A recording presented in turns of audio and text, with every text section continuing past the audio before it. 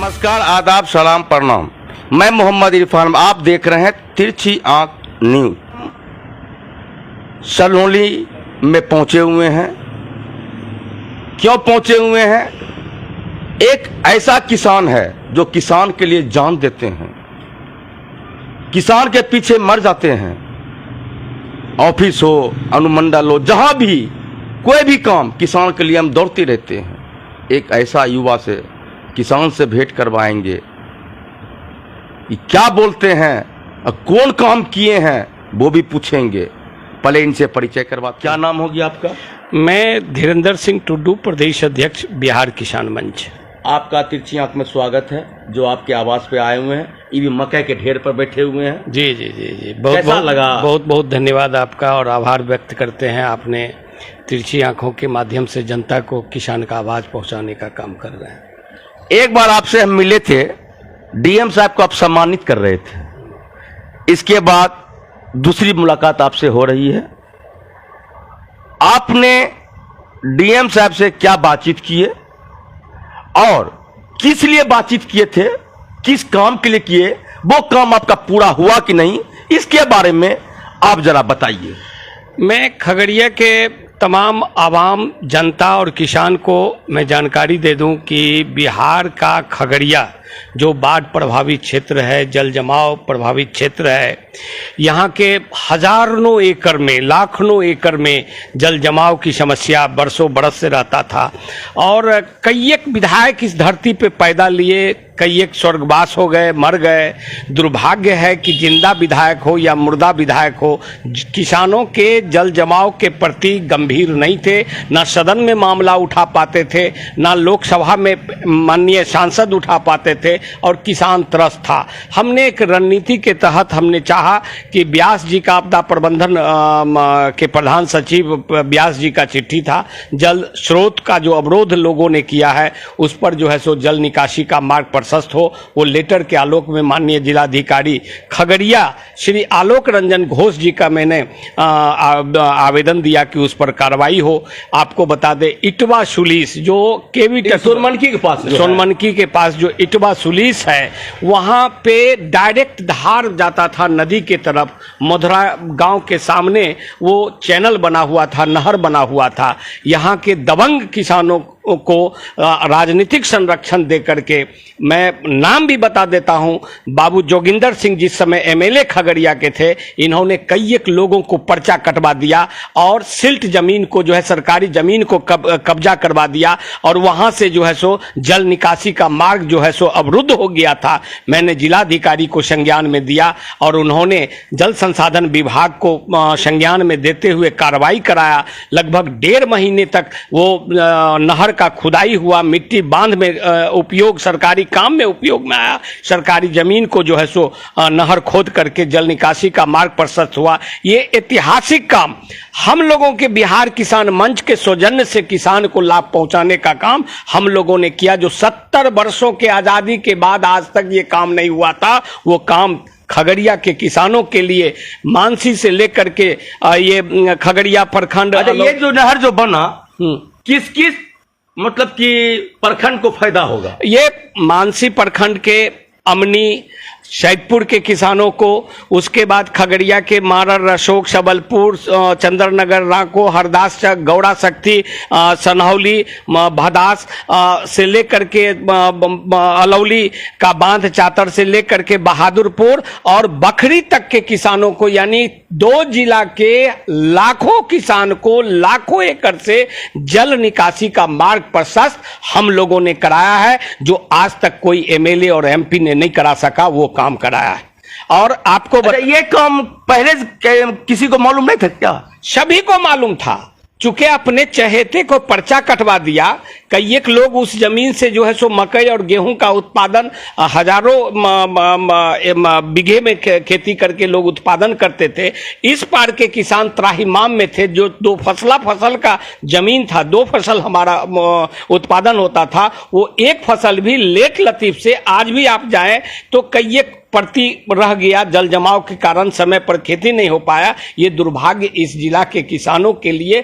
कोई एमएलए, वर्तमान एमएलए भी छत्रपति जी हैं, आज तक चाहे वो सदन में किसान का आवाज नहीं उठा रहे हैं। मैं दुर्भाग्य से छत्रपति जी पे आरोप लगा रहा हूं, मछुआरा जलकर पर जो है सो बांध देता था, एक बार भी सरकार और विभाग को नहीं लिखा। ये छत्रपति जी किसान के प्रति नहीं सचेत है। मैं मुखालफत और शिकवा शिकायत जनता के सामने इनका कर रहा हूं, किसान के प्रति ये लोग सचेत नहीं है। खगड़िया के सांसद दूज का चांद बने हुए हैं, दर्शन नहीं होता है ना किसान को न पब्लिक का। किस वक्त इस संसद आते हैं, किस वक्त चले जाए, पते नहीं चलता है। जनता को पता नहीं है। ऐसे ऐसे एमएलए एमपी को चुन रहे हैं जातीय ध्रुवीकरण के आधार पर, जो आवाज किसान का नहीं बन रहा है। हम बता दें कि गेहूं इस बार मेरा प्रचुर मात्रा में उत्पादन हुआ, रेट शुरू में ठीक था, निर्यात मेरा रुक गया, जिसके कारण भाव गिर गया। आज मक्का का एमएसपी से ज्यादा कीमत इसलिए मिल रहा है कि मक्का का डिमांड बढ़ गया है। हमको देख लीजिए, मक्का जो है तो हम अपने घर में मक्का में पर बैठे हुए हैं। स्थिति यह है कि यहाँ के जो बिचौलिया है, जो व्यापारी है मक्का का, वो 2200 में स्टॉक कर लिया, घरे घर मतलब गुदाम में सीज मकई भर लिया है। वो 2900 में बेचेगा जनवरी फरवरी मार्च में, वो 3000-3200 में मक्का क्विंटल बेचेगा। हम लोगों ने भी किसान को कहा कि आप भी स्टॉक कीजिए, जरूरत के हिसाब से ही आप बिक्री करें, बाकी मक्का को आप भी स्टॉक करें। आप देख सकते हैं हम लोग भी स्टॉक किए हुए हैं, जरूरत पड़ता है तभी हम बेचते हैं, नहीं तो हम लोग। अब किसान खुशहाल है बिहार में, कम से कम मक्का उत्पादक किसान को कोई दिक्कत नहीं है। सिंचाई के समय हमको बिजली उपलब्ध नहीं है, लागत पूंजी मेरा बढ़ गया, डीजल का दाम बढ़ गया, हमको सब्सिडी डीजल का नहीं मिलता है, हर खेत को बिजली का जो रेट मिला है इससे किसान फायदा में है। हाँ, किसान को इस बार मतलब हमको लगता है कि आज तक के इतिहास में सबसे ज्यादा रेट मक्का के उत्पादक किसान को मिला, और अब इसके पहले इतना रेट नहीं मिलता था। सीधी बीदी बहुत तरह का खेल बेल ये लोग करता था। ढलता लौता के सवाल पर मैं छत्रपति जी से आपके माध्यम से निवेदन करता हूं और तमाम विधायक से मैं निवेदन करता हूं कि सरकार को इस बात से घेरे कि हमारा ढलता क्विंटल पर 1 किलो व्यापारी ज्यादा लेता है। उसके बाद यह कहीं सरकार का नियम सर्कुलर नहीं है। एपीएमसी मंडी बिहार में बंद है, प्राइवेट मंडी में हम बेचते हैं मक्का या अनाज हम बेचते हैं, उसका जो है सो ढलता लौता के सवाल पर क्विंटल पर 1 किलो लेता है। बोरा का कीमत हमको पैक्स के माध्यम से सरकार देती है, गेहूं और धान बेचते हैं, लेकिन ये व्यापारी हमसे बोरा का फ्री में लेता है, उस पर से हम उसके दुकान पे यानी गल्ला गोदाम पे ले जाते हैं अनाज को, उस समय लेबर कॉस्ट भी हम ही को देना पड़ता है। ये तमाम धर्म काटा, मैं निवेदन करता हूं कि जिला प्रशासन से भी तमाम धर्म काटा पर ये व्यापारी अपना अपना धर्म काटा खोल के रखा है, कंप्यूटर पर कम वजन करता है और ज्यादा अनाज लेता है, ढलता अलग लेता है, शोषण किसान का कर रहा है। ये विधायक लोग कम से कम इन लोगों को चाहिए था कि इस आवाज को सदन में उठावे। किसान, यहां एक सवाल है, किसान मरता है खेत में, किसान मरता है खेत में और उसका बेटा फौज में, किसान मरता है खेत में, उसका बेटा फौज में, नेता ऐश करता है इस देश में और उसका बेटा विदेश में। ये हालात इन जनप्रतिनिधियों ने किसान के साथ कर दिया है। किसान मर रहा है लेकिन किसान का आवाज ये लोग नहीं उठाते हैं। एक बात जानते हैं, एक मामला और आ रहा है, खाद उठा रहा है, इसके बारे में हम सुन रहे हैं, और किसान लोग जैविक खाद तैयार करके अपने खेत में डालने के इस मामला कुछ भनक हम लोग सुन रहे हैं। सुनिए, जैविक खाद प्योर नकली बन रहा है पूरे राज्य में, खगड़िया में भी।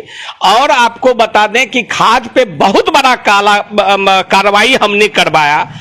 मैंने सरकार को लिखा, मुख्यमंत्री को लिखा, विभाग को लिखा, सचिव को लिखा, और कार्रवाई हुई। खगड़िया में बड़े बड़े जो उर्वरक के थोक विक्रेता माफिया थे उस पर छापामारी हुई, उस पर कार्रवाई हुई, उस पर एफआईआर हुआ और कई एक एफआईआर हुआ। ऐसा नहीं है, दर्जनों लोगों पर उर्वरक विक्रेता पर एफआईआर हुआ। दुर्भाग्य इस बात का है, जेल कहाँ गया? दुर्भाग्य इस बात का है कि एक भी उर्वरक विक्रेता को अंडर कस्टडी में नहीं लिया गया। और ये सवाल न जनप्रतिनिधि उठा रहे हैं, न डीजीपी को लिख रहे हैं, न सरकार को लिख रहे हैं। किसान के प्रति नहीं, ये लोग माल गर्म करने के लिए विभाग के ऑफिसर के पक्ष में रहते हैं। किसान के प्रति ये लोग एमएलए एमपी नहीं है। इसलिए हम लोग 1 जुलाई को बैठक बुलाए हैं। राज्य भर के और जिला भर के लोगों को हम बहुत बड़े आंदोलन का सूत्रपात 1 जुलाई को घोषणा करेंगे। और राज्य पैमाने पे हम घोषणा कर रहे हैं कि हम राज्य पैमाने पे आंदोलन शुरू करेंगे। हम चुप बैठने वाले लोग नहीं।